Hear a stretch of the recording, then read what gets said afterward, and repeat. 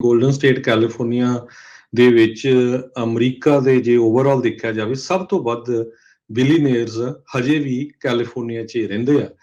2022 ਦੇ Forbes magazine ਦੇ world's billionaire list ਦੇ ਵਿੱਚ 186 ਬਿਲੀਨੀਅਰ ਕੈਲੀਫੋਰਨੀਆ 'ਚ ਰਹਿੰਦੇ ਆ। ਪਿਛਲੇ ਸਾਲ 199 ਸੀ। ਸੋ ਕੁਛ ਹੋਰ ਸਟੇਟਾਂ ਨੂੰ ਮੂਵ ਹੋਏ ਆ। ਨਿਊਯਾਰਕ 'ਚ 135 ਬਿਲੀਨੀਅਰ ਰਹਿੰਦੇ ਆ।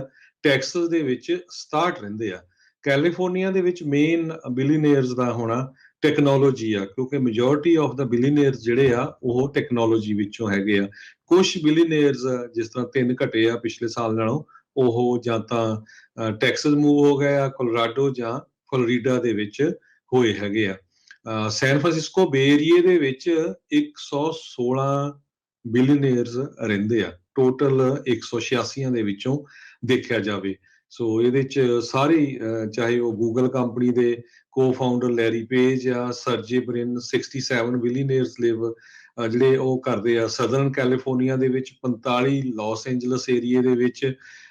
ਨਵੇਂ ਜਿਹੜੇ ਆਏ ਆ ਰਿਆਨਾ ਤੇ ਸਨੈਪਚੈਟ ਦਾ ਫਾਊਂਡਰ ਈਵਨ ਸਪੀਗਲ, ਇਹ ਆ। ਸੋ ਕੁਛ ਕੁ ਜੇ ਨਾਮ ਮੈਂ ਦੱਸਦਾ ਜਾਵਾਂ, ਲੈਰੀ ਪੇਜ ਪਾਲੋ ਆਲਟੋ ਰਹਿੰਦੇ ਅਲਫਾਬੈਟ ਦੇ, Sergey Brin Los Altos, Mark Zuckerberg Palo Alto 'ਚ ਰਹਿੰਦੇ ਫੇਸਬੁੱਕ ਦੇ, ਐਰਿਕ ਸ਼ਮਿਡ ਵੀ ਅਲਫਾਬੈਟ ਦੇ, Jensen Huang, Laurene Powell, Jobs, Donald Bren, Robert Pera, John Doerr, Charles Schwab, Woodside, Brian Chesky, Dustin Moskovitz, David Cheriton, Joe Gebbia, air VNB ਦੇ San Francisco 'ਚ ਰਹਿੰਦੇ, David ਗੈਫਨ, ਐਂਡਰੀਅਸ ਮੌਨ, Jain ਕੌਮ, John ਕੌਲੀਸਨ, Patrick ਕੋਲੋਜਨ, garden ਮੂਰ, ਇਹ Intel ਦੇ ਹੈਗੇ ਆ, ਵੁਡਸਾਈਡ ਰਹਿੰਦੇ। ਸੋ ਬੇ ਏਰੀਏ ਦੇ ਵਿੱਚ ਸਭ ਤੋਂ ਜ਼ਿਆਦਾ ਬਿਲੀਨੀਅਰਸ ਰਹਿੰਦੇ ਹੈਗੇ ਆ ਤੇ ਓਵਰਆਲ ਕੈਲੀਫੋਰਨੀਆ ਸਟੇਟ ਦੇ ਵਿੱਚ।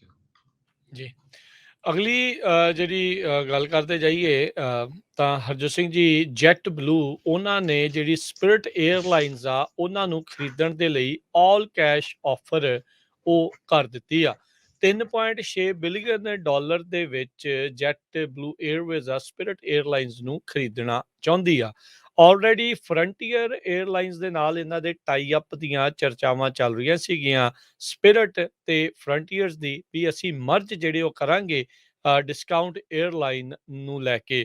ਸਪਿਰਿਟ ਤੇ ਫਰੰਟੀਅਰ ਕਹਿ ਸਕਦੇ ਹਾਂ ਵੀ ਡਿਸਕਾਊਂਟ ਏਅਰਲਾਈਨਸ ਦੇ ਵਿੱਚ ਇੱਕ ਹੈਗੇ ਨੇ, ਜਿਹਦੇ ਵਿੱਚ ਉਹਦਾ ਤੁਹਾਨੂੰ ਕੈਰੀ ਔਨ ਬੈਗ ਜਾਂ ਚੈੱਕ ਬੈਗ ਲੈ ਕੇ ਜਾਣ ਦੀ ਇਜਾਜ਼ਤ ਨਹੀਂ ਹੁੰਦੀ। ਪੇ ਕਰੋ ਤਾਂ ਲੈ ਕੇ ਜਾ ਸਕਦੇ ਹਾਂ, ਪਰ ਉੱਦਾਂ ਉਹਨਾਂ ਦੇ ਪ੍ਰਾਈਸਿਸ ਥੋੜ੍ਹੇ ਚੀਪ ਹੁੰਦੇ ਆ।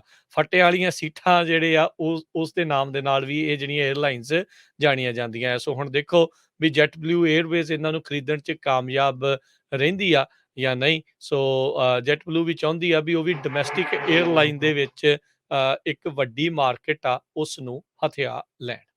ਜੀ, ਅਗਲੀ ਖਬਰ ਵਿੱਚ ਚਲੀਏ। ਪ੍ਰੈਜ਼ੀਡੈਂਟ ਜੋ ਬਾਈਡਨ ਹੁਣਾਂ ਵੱਲੋਂ ਲੱਗਦਾ ਆ ਵੀ ਸਟੂਡੈਂਟ ਲੋਨ ਪੇਮੈਂਟਸ ਨੂੰ ਇੱਕ ਵਾਰੀ ਫੇਰ ਐਕਸਟੈਂਡ ਕੀਤਾ ਜਾ ਰਿਹਾ ਹੈਗਾ। ਇਸ ਮਹੀਨੇ ਖਤਮ ਹੋਣਾ ਸੀ, ਸੌਰੀ ਮਈ 1 ਨੂੰ। ਉਸ ਨੂੰ ਹੁਣ ਕਹਿੰਦੇ ਪਈ ਹੋ ਸਕਦਾ ਕੁਛ ਮਹੀਨੇ ਹੋਰ ਐਕਸਟੈਂਡ ਕੀਤਾ ਜਾਊਗਾ। ਇਹ 26 ਦਿਨਾਂ ਦੇ ਵਿੱਚ ਐਕਸਪਾਇਰ ਹੋਣਾ ਹੈਗਾ ਆ। ਕੇਅਰਸ ਐਕਟ ਦੇ ਅੰਡਰ ਕਾਂਗਰਸ ਨੇ ਪਾਸ ਕੀਤਾ ਸੀ ਵੀ ਜਿਹੜੇ ਸਟੂਡੈਂਟਸ ਆ ਉਹਨਾਂ ਦੀ ਲੋਨ ਦੀਆਂ ਪੇਮੈਂਟਸ ਐਕਸਟੈਂਡ ਕੀਤੀਆਂ ਜਾਣ ਤਾਂ ਕਿ ਉਹਨਾਂ ਨੂੰ ਪੇ ਨਾ ਕਰਨੀਆਂ ਪੈਣ। ਪਰ ਇੱਕ ਰੂਲ ਇਹ ਆ ਵੀ ਲੋਨ ਸਰਵਿਸ ਕਮਿਊਨੀਕੇਸ਼ਨਸ ਹੋਣੀਆਂ ਚਾਹੀਦੀਆਂ ਰੀਪੇਮੈਂਟ ਦੇ ਉੱਤੇ।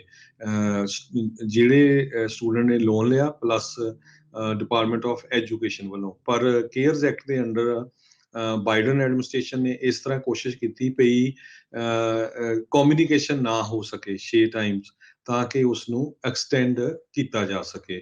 ਸੋ ਡਿਪਾਰਟਮੈਂਟ ਨੇ ਇਹ ਕਿਹਾ ਆ ਵੀ ਮੋਸਟ ਪ੍ਰੋਬਬਲੀ ਇਹ ਜਿਹੜੀਆਂ ਪੇਮੈਂਟਸ ਆ ਉਹਨਾਂ ਨੂੰ ਐਕਸਟੈਂਡ ਕੀਤਾ ਜਾਊਗਾ।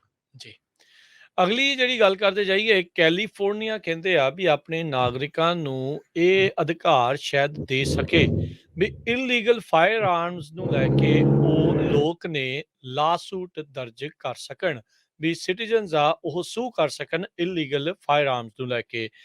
ਜਿਹੜੀ ਹੁਣੇ ਗੋਲੀकांड ਹੋਇਆ ਸੈਕਰਾਮੈਂਟੋ ਦੇ ਵਿੱਚ, ਤੇ ਉਸ ਤੋਂ ਪਹਿਲਾਂ ਜਿਹੜਾ ਚਰਚ ਦਾ ਗੋਲੀकांड ਹੋਇਆ ਸੀ ਉਸ ਦੇ ਵਿੱਚ ਗੋਸਟ ਗਨਸ ਦੀ ਵਰਤੋਂ ਕੀਤੀ ਗਈ ਸੀ। ਕਹਿੰਦੇ ਵੀ ਜਿਹੜਾ ਪਹਿਲਾ ਵੈਪਨ ਰਿਕਵਰ ਕੀਤਾ ਗਿਆ ਸੀ ਗਨਮੈਨ ਤੋਂ, ਜਿਸ 'ਚ 6 ਜਣਿਆਂ ਦੀ ਮੌਤ ਹੋਈ ਸੀ, ਉਹ ਚੋਰੀ ਦਾ ਸੀਗਾ। ਬਾਅਦ ਦੇ ਵਿੱਚ ਉਸ ਨੂੰ ਆਟੋਮੈਟਿਕ ਗਨ ਫਾਇਰ ਦੇ ਕੇਪੇਬਲ ਬਣਾਇਆ ਗਿਆ ਸੀ। ਉਧਰ ਚਰਚ ਦੇ ਵਿੱਚ ਜਿਹੜੀ ਹਥਿਆਰ ਵਰਤਿਆ ਗਿਆ ਸੀ, ਅਸੌਲਟ ਵੈਪਨ, ਉਸ ਨੂੰ ਵੀ ਕਹਿੰਦੇ ਆ ਵੀ ਅਨਰਜਿਸਟਰਡ ਸੀਗਾ ਤੇ ਉਹਨੇ ਆਪਣੇ ਆਪ ਦੇ ਕੋਲ ਰੱਖਿਆ ਹੋਇਆ ਸੀਗਾ। ਸੋ ਟਫੈਸਟ ਗਨ ਲਾਜ਼ ਹੈਗੇ ਨੇ ਕੈਲੀਫੋਰਨੀਆ ਦੇ ਵਿੱਚ, ਪੂਰੇ ਅਮਰੀਕਾ 'ਚ, ਪਰ ਫਿਰ ਵੀ ਇਸ ਦੇ ਬਾਵਜੂਦ ਇਦਾਂ ਦੀਆਂ ਗੋਸਟ ਗਨਸ ਜਾਂ illegal firearms, unregistered firearms ਆ, ਉਹ ਦੇਖਣ ਨੂੰ ਮਿਲਦੇ ਰਹਿੰਦੇ ਨੇ ਤੇ ਬਾਅਦ ਦੇ ਵਿੱਚ ਅਜਿਹੇ ਗੋਲੀ ਕਾਂਡਾਂ ਨੂੰ ਅੰਜਾਮ ਦਿੰਦੇ ਨੇ। ਸੋ ਹੁਣ ਸੋਚ ਇਹ ਰਹੇ ਨੇ ਵੀ ਲੋਕਾਂ ਨੂੰ ਇਸ ਦੇ ਖਿਲਾਫ ਲਾਸੂਟ ਦਰਜ ਕਰਨ ਦੀ ਸ਼ਕਤੀ ਜਿਹੜੀ ਉਹ ਮਿਲੇ। ਹੁਣ ਤੱਕ ਕਹਿੰਦੇ ਆ ਵੀ ਇਹ ਸੋਚ ਰਹੇ ਨੇ ਵੀ $10,000 ਦੀ ਪੈਨਲਟੀ, ਸਿਵਲ ਡੈਮੇਜਸ ਫॉर ਈਚ ਵੈਪਨ ਤੇ ਪਲੱਸ ਅਟਰਨੀ ਫੀਸ, ਇਦਾਂ ਦੀ ਪੈਨਲਟੀ ਜਿਹੜੀ ਉਹ ਪਾਈ ਜਾ ਸਕੇ।